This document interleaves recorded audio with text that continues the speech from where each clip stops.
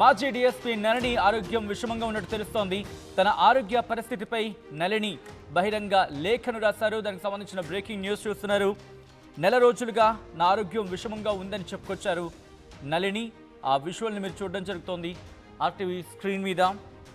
8 ఏళ్ల నుంచి బ్లడ్ క్యాన్సర్తో బాధపడుతున్నట్టు కూడా ఆమె తన ఆవేదన వ్యక్తం చేశారు. ఆ లేఖలు నెల రోజులుగా నా ఆరోగ్యం విషమంగా ఉందని చెప్పుకొచ్చారు ఆమె. 8 ఏళ్ల నుంచి బ్లడ్ క్యాన్సర్తో బాధపడుతున్నానంటూ కూడా తన ఆవేదన వ్యక్తం చేశారు నళిని. ఆ పోస్టులో తెలంగాణ ఉద్యమ పోరాటంలో నిలువెల్లా గాయాలి.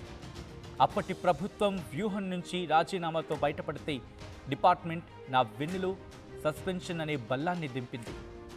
12 ఏళ్లుగా అజ్ఞాతవాసాన్ని అనుభవిస్తున్నా. ప్రభుత్వం నుంచి ఇప్పటి వరకు నాకు ఏ సాయం దొరకలేదు. రేవంత్ రెడ్డి ముఖ్యమంత్రి అయ్యాక నా ఫైల్ ఎందుకు తెరిచారో తెలియదు. సస్పెన్షన్ కారణంగా అలవెన్స్లు ఇప్పటికీ ఇవ్వలేదు. నాకు రావాల్సిన 2 కోట్ల అలవెన్స్లు ఇవ్వాలని 16 పేజీల లేఖ రాశా. వేద విద్యా కేంద్ర స్థాపనకు గ్రాంట్ ఇవ్వమని అడిగా. నేను హిందువుని కావడం వల్లే నాకు గ్రాంట్ ఇవ్వలేదేమో అంటూ కూడా లేఖలు చెప్పుకొచ్చారామె.